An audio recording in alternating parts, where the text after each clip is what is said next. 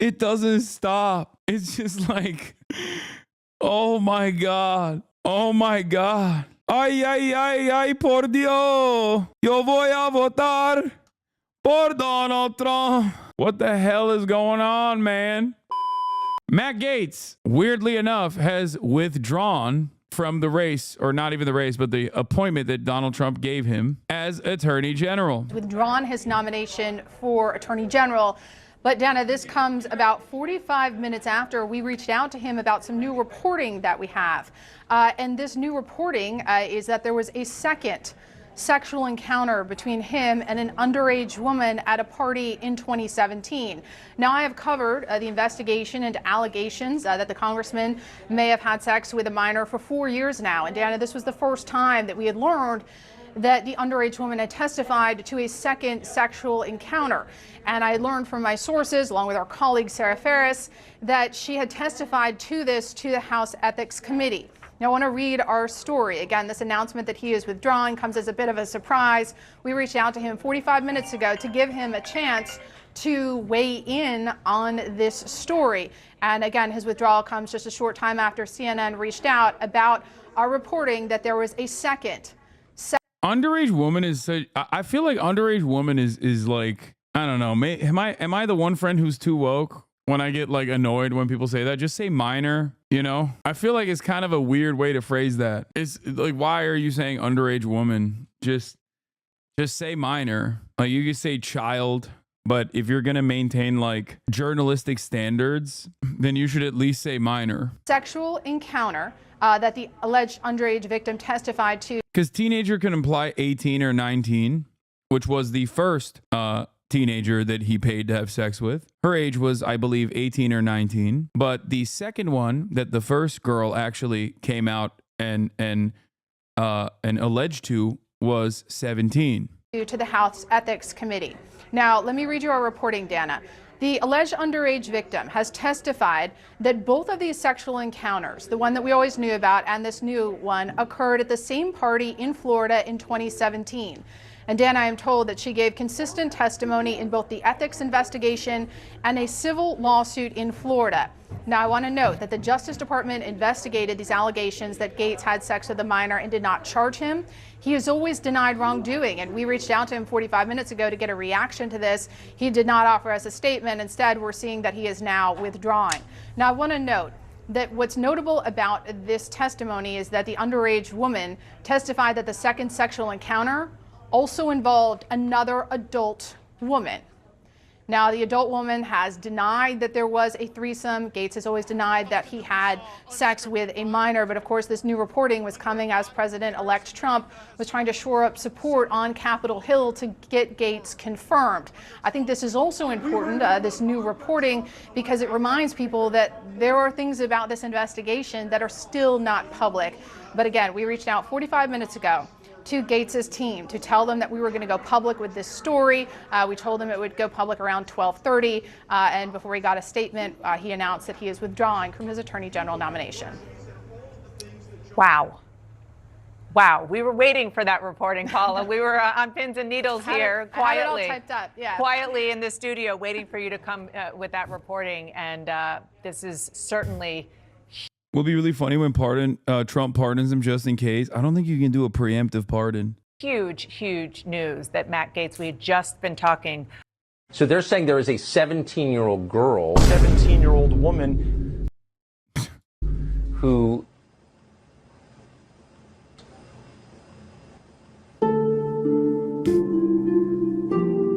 This is such an insane, like, obviously this is edited and not just like his face. I mean, he did say that though.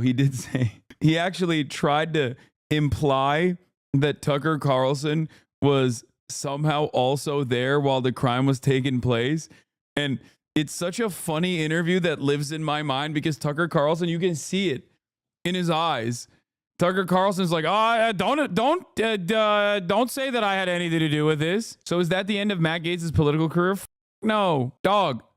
Absolutely not. Dude, are you kidding me? The pedophilia is a benefit. What are you talking about? Gaetz says you met her at a dinner and Tucker stops and says, I have no recollection of that. What's going on? Special election for no reason, lol. Yup. Oh, this was also funny.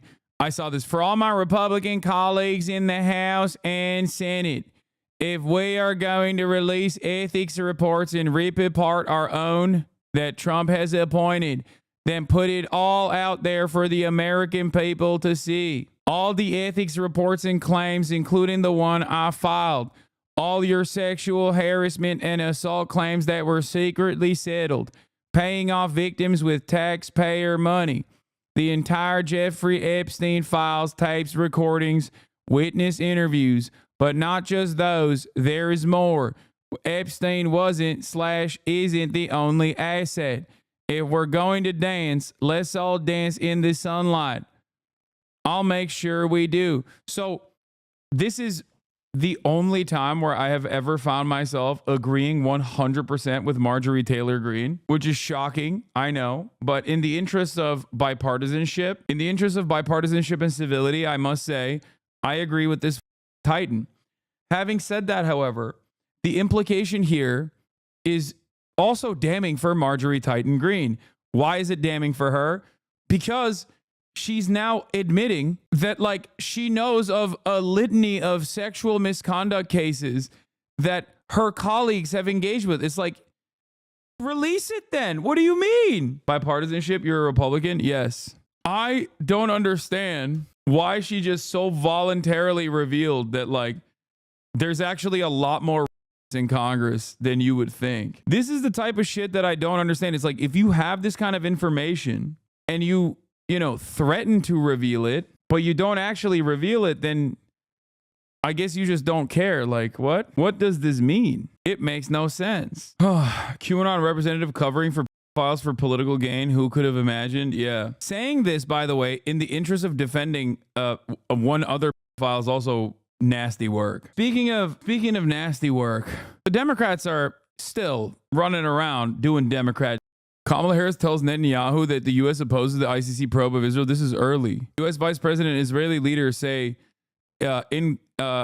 court in The Hague has no jurisdiction over the issue as prosecutor pledges impartial probe. This is from 2021, chat.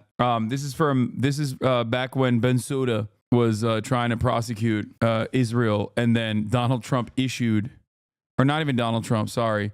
Donald Trump had issued sanctions on her, and she was slated to be replaced, which is crazy. Anyway, it don't really matter, because while I don't think Matt Gaetz's political career is over, Kamala Harris is certainly over. If the Democratic Party elevates Kamala Harris to another thing, to another position, I'm so done. Oh God, they're going to do it. They're going to try to like make her run for California governor, or maybe make her run again. They're going to make Kamala Harris run again. They want her to be the next California governor. Oh my God. Oh my God. Morning Joe ratings continue to plummet. The ratings for Morning Joe are weaker on Wednesday than on Tuesday. In the 6 a.m. hour Wednesday, the show averaged 620. Oh my God. 620,000 viewers with 46,000 in the 25 to 54 demo. To be fair, MSNBC ratings have been generally weak since Trump won, but this is a notable AM drop off. 46,000? That's crazy. Right now, there's 37,000 people within the actual prime demo, which is 18 to 35. 25 to 54 is the new metric. Back when I was working in the ad world, in the ad space, the actual target demo was 18 to 35, and it still is. But because cable news has gotten so old that they literally changed the metrics, and even then they're losing on those metrics. The 25 to 54 demo, and they're still getting cooked in that demo. Okay. Now, one thing for you to understand, like, that's Nielsen, right? These are Nielsen television metrics, television ratings. This doesn't mean that there are 46,000 concurrent viewers in the 25 to 54 demo. This means over the hour that it's tracked, there were around 4,000 to 5,000 in that demo. So right now I have 37,700 people watching, live concurrent viewers. That means that I have around 300 to 400,000 or 300 to 250,000 people over the course of an hour. That is how that would translate to television ratings. It's like a 5 to 10x. Ratings for MSNBC's Morning Joe have declined noticeably for 2 consecutive days after his host detailed a visit to Trump. Wednesday's overall audience fell by 15%. Its viewership among people between 25 to 54 tumbled nearly 41%. Oh my God, they're so cooked. They're so cooked. Could be 20x if you moved your camera back to show Kaya. Okay, shut up. Some of y'all need to touch grass. If you're so locked in the H3 internet drama, I agree. Oh my God. These guys are just like the Democratic Party. They just keep pivoting to the right, hoping that the audience comes back, but no one comes back. And they just only look at that and go, we should pivot to the right further. I find that really odd, especially when it's like television ratings are not like the Democratic Party. Okay. I understand why the Democratic Party operates that way, because they're beholden to their corporate masters. But why the would you do that if you're a TV show and your job is to get more viewers? I know the media is beholden to their corporate masters as well. The expectation here isn't for them to pivot and start talking about Maoism, dog. The expectation is that they actually, mount a reasonable defense against Donald Trump or continue being a part of the resistance liberalism. And it's quite interesting that they have not done that, and they're not doing that. And it's something that I called out pretty early on. If you remember, I said, I don't think we're going to see a resurgence of 2016 era liberal resistance. Okay. I think that both the Democratic Party, I'm still holding out hope that there's some restructuring in the Democratic Party, but more importantly than the Democratic Party, I think all of the liberal hashtag resistors are going to heal. They're going to literally show their bellies, and they are. Wow, Brianna, I'm surprised a spineless worm like you could even feel being crushed under the boots of those you supported. Brianna Wu, I've probably gotten 400 to 500 messages from Trump voters telling me not to worry about my rights being rolled back, that they don't care what adults like me do, and it's children they care about. But here we are, and Nancy Mace's trying to force people like me to use the men's room, and Trump isn't even in office. I transitioned over 20 years ago. I have a vagina. All my documents say female. I've been married to a man for 16 years. No one bats an eye when I use the bathroom. Please, MAGA, just let people like me medically transition and live our lives. She's so stupid. Actually the dumbest person on the planet. It's kind of crazy how stupid she is. Brianna Wu is trans. Yeah, I think she openly revealed that she's trans recently. But I don't really care. Her being trans doesn't change the dynamic of her being stupid, okay? She's incredibly stupid. Make no mistake. I will defend trans rights, including Brianna Wu's trans rights, but I will never defend Brianna Wu, if that makes sense. Hasan is a joke, lol. I know. Gaetz is going to be so lit. Gaetz is going to be so lit is so funny. Yeah, dude. Yeah, hopefully Gaetz will be lit on the special election that he has to go back to now, because he voluntarily removed himself from his position in Congress so that he could become the Attorney General, only to voluntarily remove himself from that position when everybody was like, no, dude, you can't do that. You're a pedophile. It's so funny. This guy is like, yeah, Gaetz is going to be Attorney General. It's like, no, you need to be caught up. The reason why we're talking about Gaetz to begin with, if you saw the title, is because he withdrew. He withdrew and he's already been replaced. Donald Trump replaced him already. An idiot. Pam Bondi is the new Attorney General. Pam was a prosecutor for nearly 20 years, where she was very tough on violent criminals and made the streets of safe for Florida families. Let's see what kind of sexual harassment and assaults that she's engaged in, But Pam Bondi seems to be someone that he's plucked from Florida. We know he is a Florida man, but he's plucked because he's familiar with her and fully expects her to go from his super PAC now into the DOJ to do his bidding, which we know includes cleaning house over at DOJ for anyone who's been critical of him. Stay with me, Juanita. I want to bring back Jason Johnson. You may remember him from such news events as covering the DOJ 10 minutes ago. Welcome back, Jason. Thanks, Ari. It's a big news night. I'm going to let you get in here, but I'll tell viewers, because I always try to keep it as real and frank as possible. This is how this works. We did book these two guests for a different Attorney General nominee story, but I don't think either of you knew that this was breaking. The timestamp on Donald Trump's statement tonight is 6:28 p.m. Eastern, naming Pam Bondi. I want to add a couple more details on that because it's a breaking story, and then Jason, bring you in here. there is a distinction that everyone should understand about this Attorney General nominee versus Matt Gaetz. Many people, experts, nonpartisan officials, as well as Republicans, noted that Gaetz had essentially no experience as a prosecutor or in the kind of legal managerial work that anyone would do at any leadership level at DOJ, let alone the top post of Attorney General of the United States. The contrast to Ms. Bondi is she does have that kind of experience, much more traditional than what you would see in a top DOJ post, because she was the top law enforcement official in the state of Florida, and she has over 15 years experience in that role and other roles as a prosecutor. If you remember Kamala Harris running for president and talking about being a prosecutor at the state level, this is that kind of job. And so in that experience, it is much more of a traditional role, something that the Senate Judiciary Committee and others who vet these kind of nominees would see as a positive, as experience. The flip side, which our guest Juanita just mentioned, is unlike traditional attorneys general, this is an individual who's very tied politically to Donald Trump, the loyalty that he has talked about. And while there is nothing disqualifying about working on an impeachment defense, it positions her not as someone who is a nonpartisan state-level prosecutor ready to rise up to the DOJ, but someone who's already been in those really searing partisan battles over Donald Trump's conduct in history. And you want generally an attorney general who is not overly tied to past partisan positions, even when they intersect, for example, with politics and law in Washington. So that's one update I wanted to give and bring you back in, Jason. I say that with all accuracy and fairness. On paper, her state-level experience is much closer to what presidents in both parties have sought at the DOJ. That's a huge difference with Matt Gaetz. The political part, though, is different. Right. And then what I bring to you is, and Juanita mentioned it, you have that political history, and you have a proposed number two, a deputy attorney general who recently handled Donald Trump's criminal defense. So if this were the team, and they have to go through vetting and confirmation, but if this were the team, this would be two of the most politically defensive lawyers of the personal capacity of an incoming president we've ever seen running DOJ at the same time.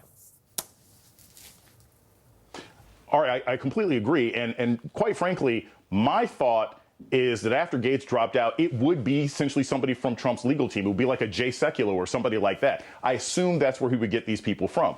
Unlike William Barr, even going back to when we were all kids and like Janet Reno, right? Occasionally attorney generals try to behave like they are not the personal lawyer of the president of the United States. That is completely out the window. Okay, I'm looking. Okay. I don't care about this stuff. I'm just excited to see what kind of scandals come with Pam Bondi. Florida Attorney General sought donation before nixing Trump University fraud case. Ooh. Florida Attorney General Pam Bondi is denying that a $25,000 donation from Donald Trump is in any way connected to her office's decision not to pursue action against Trump University, despite dozens of complaints in Florida. Ooh. By the way, this chat and this community is literally better than mainstream media for this reason, okay? Because we have 37,700 little freaks in here right now, we find and scour the interweb faster than, producers at CNN can, even though this is from their own archives. Okay? We're on it. We're already ahead of the game, baby. He's also a Scientologist? No, you're kidding. No way. Pam Bondi has ties to Scientology? Shut up. No way. The Trump Foundation Pam Bondi scandal. This is from the same, I assume. Yeah, the 25 grand contribution. Pay for play. That's cool. Tampa Bay Times. Pam Bondi's Clearwater fundraiser organized by Scientologists. Wait, what? Pam Bondi's special guest, the invitation says, will be U.S. Rep. David Jolly. Hosting the event at Liz and Michael Bayback, owners of a 23rd floor penthouse in swank Water's Edge condos downtown, Tower Perched. Bayback is the chief executive of Michael Bayback & Co., Clearwater-based business services consulting firm. She worked as a Qatari lobbyist. Registered foreign agent Pam Bondi says Biden is corrupt.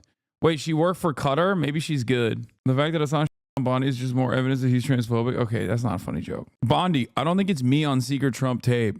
President Donald Trump's controversial contribution to Florida Attorney General Pam Bondi's political committee 5 years ago has started to creep back into the Sunshine State's politics. In a September 2016 recording made surreptitiously by President Trump's former lawyer, oh my God, is it Michael Cohen? Is it Michael Cohen that caught her? Oh my God. Oh my God. Oh my God. Oh, baby, don't lie to me. Friend of the show, Michael Cohen, does it again. In September 2016 recording made surreptitiously by President Trump's former lawyer of a conversation that may have concerned a secret payment to hush up an affair with former Playboy model. Trump is initially heard talking on the phone about an unrelated matter to someone whose name sounds like Pam. Bondi told Politico that she doesn't remember all of her calls from 2016, but she believes she is not the one talking to Trump, whose side of the phone conversation was the only one recorded when attorney Michael Cohen walked in the room. Mea culpa. Break it down for dumb nuts. This is Michael Cohen, friend of the show, host of the pod Mea Culpa. Michael Cohen is a convict, okay? Former felon Michael Cohen.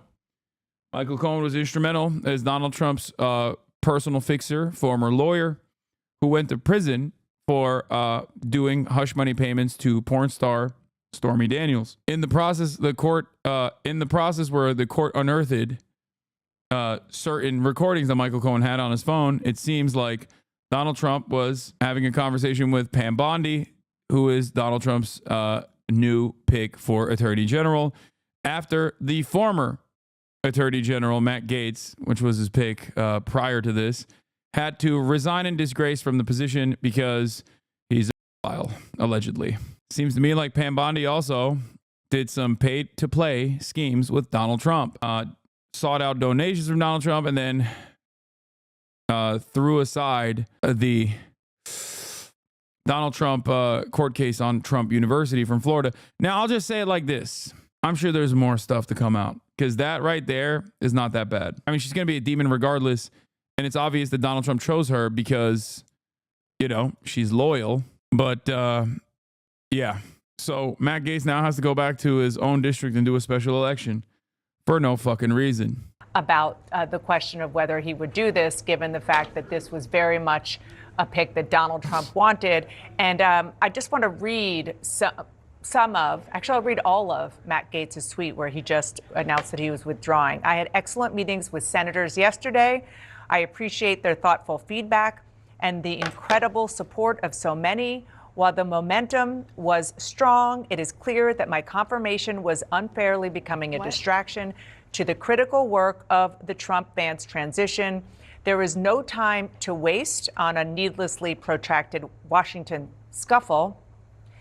Thus, I'll be withdrawing my name from consideration to serve as Attorney General. Trump's DOJ must be in place and ready on day one. And he says that he remains fully committed to helping Donald J. Trump. I mean, wow. This is really, really big news. And we knew that this was I wouldn't even say possibility, I would say probability, given so much quiet opposition by Republicans. The fact that there was more information coming out. Paula Reed and our colleagues went to them with that information. We were going to report it, and he's out. He's out. This is going to be a huge relief to a lot of Senate Republicans who did not want to have this debate, who did not want to face the first sort of chance to show whether or not they were going to stand up to Donald Trump on something that they disagreed with or not. And it's a blow, certainly, to President-elect Trump for having seen his nominee not last, 2 weeks? But this will clear the way for the Senate Republicans to have somebody at the top who they can support. Yeah, also, I would take issue with one thing he said in that tweet, which is... Just one thing? That it was a scuffle? One thing stood out to me is that he said the momentum was strong. Oh. I think the reporting shows very clearly that the momentum was not strong. Or otherwise he would still be the 100%. the nominee. Manu, I want to go to you on Capitol Hill. I know this just broke. It's a little up that HasanAbi can't respect the decision of a guy who wants to step away from work to spend more time with other people's kids. Free Nestor. Free Nestor till it's spelled backwards, okay? Free Nestor from the treacherous grips of Matt Gaetz, okay? The only time Nestor ever felt free was when Matt Gaetz was diddling other people's kids, okay? Free Nestor! But what are you hearing so far? I'm guessing the relief that Jeff Mason was just describing? Yeah, no question about it. I mean, there were a lot of Republican senators who were concerned about defying Donald Trump, but just really could not get themselves to supporting Matt Gaetz's nomination, not just because of the allegations in the House Ethics Committee report, some of which have been leaked to the press, but just about his style, the way he's battled with Republicans and Democrats alike. There are concerns about whether he can actually do this job. And just there's just a real belief among many Republicans that I spoke to that even if they went through this process, they'd be expending so much political capital to get him across the finish line. And that may not have been, they still might not be enough to vote yes on this confirmation that ultimately would go down. That made it so complicated to see how he could ultimately get through. It is still going to catch a lot of people by surprise because Gaetz was on Capitol Hill all day yesterday, meeting with senators, trying to urge them to keep an open mind through this confirmation process. They successfully delayed that House Ethics Committee report. It'll be an interesting decision now whether that House Ethics Committee report still see the light of day, even though Matt Gaetz has resigned from Congress. That committee is still planning to meet in early December to decide how to proceed. And one other thing, Dana, Matt Gaetz resigned from his House seat in this Congress. He said in that letter to the House that he would not serve in the next Congress, although he was just reelected to that seat for the next Congress. Does he change his mind and decide to stay in his seat over the next 2 years? That's a question I just put out to Mr. Gaetz. We'll see how he responds to that question. But, of course, if he does, that could bring the Ethics Committee investigation back to light. So a huge development here, and no question about it, a big sigh of relief for many Republicans who did not want to vote for Matt Gaetz.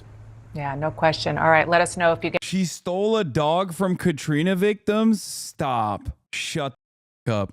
RNC Speaker Pam Bondi was once in a 16-month custody battle over a dog with a Hurricane Katrina victim. Oh my God. Stop. This makes no sense. Okay. I can't believe I'm saying this, but I guess Donald Trump is doing the damn thing where, at least she's not a file. Like, I don't get it. Like, at least she didn't shoot the dog like Kristi Noem. Get more reaction. Manu, I want to go to West Palm Beach. Kristen Holmes is there at her post reporting on the Trump transition. Kristen, what are you hearing? Yeah, no official word yet from President-elect Donald Trump or his team, but I can tell you, Dan, I spoke to a number of people this morning who were talking about just how far they were going to have to go to try and get Gaetz confirmed. How much political capital was Donald Trump going to use? And there was concern among those close to the former president, now president-elect, that they could not get a number of other cabinet picks through if he used all of his political capital on Matt Gaetz, which was seeming like it might be the outcome of all of this. Now, of course, there were questions as to whether or not Donald Trump would react or change the direction that he was going in once that ethics report came out, if it did, in fact, come out. But we have been told that Donald Trump was all in on Matt Gaetz, that he had said over and over again that he was going to give him his support. It was the most important pick. But for those around Donald Trump and the people who wanted to get some of these other not as controversial, but still slightly controversial picks across the finish line, they were worried about then being a larger holdup because of the fact that he was expending so much political capital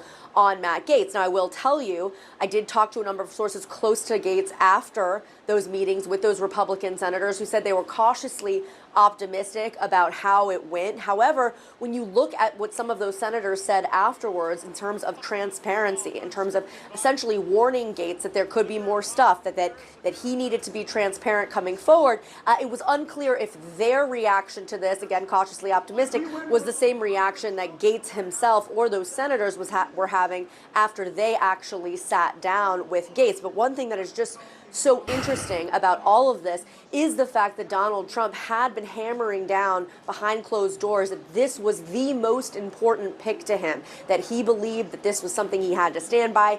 He wanted Matt Gaetz to be the quote-unquote effective communicator. Now, obviously, we'll see we're back to the drawing board on Attorney General. We know that when it came to Matt Gaetz, he wasn't even on the original short list. It was decided on a plane ride from West Palm Beach or Palm Beach to D.C. and back, and that's when that announcement came. So we are going to have to play this out now. But now there are more critical positions, including Secretary of Treasury, that have yet to be filled. It is going to be clear this is going to be something they're going to turn their full attention to, because remember, Dana, overall, this is their number one thing. This is what Donald Trump believes the most important cabinet position is.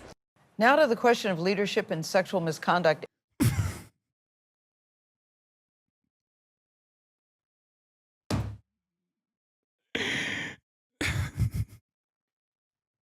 It doesn't stop. It's just like, oh my God. Oh my God. Oh my God. Ay, ay, ay, ay, por Dios. Yo voy a votar por Donald Trump.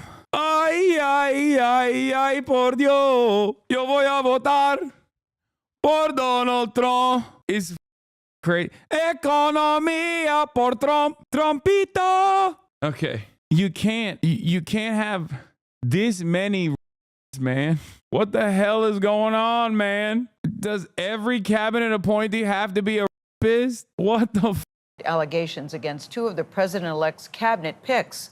CBS News has learned of Venmo. It's just like, at this point, it's like, what severity is the sexual assault crime that you have engaged with? You know what I mean? Depending on the severity is a requirement for sure. Like, they won't let you. You at the very least have to be like Linda McMahon, Vince McMahon's wife, who hired a pedophile, okay? Knowing that he was a pedophile, and then was like, hey, as long as you don't diddle kids any further, like, you're good. And then he still kept diddling kids. RFK Jr.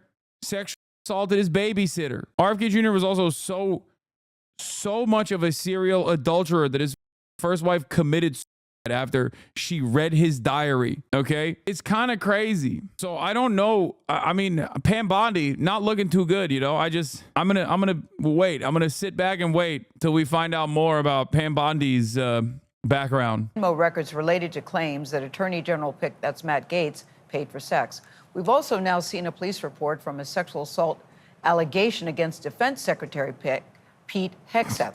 Scott McFarland is tracking all of this on Capitol Hill. Scott, good morning to you. Gail, good morning. This 22-page police report provides new details about the allegations against Pete Hegseth, President-elect Trump's choice to be the next defense secretary.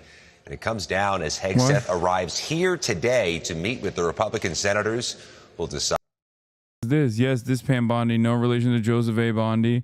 Hashtag let Lev speak. Hashtag Lev remembers. Hashtag they all knew. What is this? I don't understand. What am I supposed to get from this? That's Lev Parnas? I don't know what that is, man. I'm sorry. You're in too deep. You're in too deep. You're in too deep. I don't know what that means, but I'm not. It's like when you guys send me like a deep fried meme and I need to know 8 different things before I understand what the fuck's going on. That's what it feels like. I only know Lev Parnas as a name that I have avoided like the plague. I feel like is Russiagate related. I'm good. Decide whether or not to confirm him. Overnight, a police report was released detailing a 2017 sexual assault allegation against Fox host Pete Hegseth. The accuser, referenced as Jane Doe, reported feeling like she'd been drugged and recalls saying no a lot while in a hotel room with Hegseth, where she says he prevented her from leaving and that he was on top of her. Hegseth told police he was buzzed but not intoxicated, that the encounter was consensual, and that Doe seemed regretful after sex, but he did not elaborate. Hegseth's attorney has said Hegseth was not charged with a crime. The Trump transition team continues to publicly support Hegseth as a nominee. That's actually nuts because, like, the cops literally just let him go because they're also rapists. Like, what the There's no other crime where the cops would just be like, I mean, I guess domestic abuse too. Like, there's no other circumstance where cops are just like, yeah, this is chill because we like that and we agree with what you did. It comes as Matt Gaetz returned to Capitol Hill lobbying to be Attorney General, just as he received at least a temporary reprieve. Yeah, there's a bunch of crimes that cops like committing and they let people go for: hate crimes, drunk driving, as long as they know the person. The U.S. House Ethics January 6th, true. Committee ended its Wednesday meeting at an impasse without releasing what they found about the former congressman in an investigation they launched back in April 2021. The Republican chair told CBS News revealing the findings publicly is inappropriate after Gaetz's abrupt resignation last week. Can you explain why? Because the committee no longer has jurisdiction over the issue. Gaetz is alleged to have attended 10 to 15 sex parties and had sex with a 17-year-old minor who was interviewed by the committee. CBS News has also learned Venmo records obtained by House investigators show Gaetz paid two women up to $10,000 over 27 payments. Gaetz has denied any wrongdoing. Democrats have said senators who'll decide whether to confirm Gaetz as the next attorney general should know what's in the report. This individual resigned from the House of Representatives so this report would not be made public. Let's get to the bottom line here. He does not want it to be made public, and there must be something in there that scares the hell out of him. Republicans have argued the Senate's background review of Gaetz will find whatever details the senators need to know to cast their votes. Do you think it'll all come out anyhow about Mr. Gaetz? Yeah, it'll be a full review. Again, for all of the nominees, we're going to follow the process. This House ethics panel deadlock might be difficult to break. There are 5 members from each party on the panel, and a majority vote is needed. Tony? We'll keep following it. Scott, thank you very much.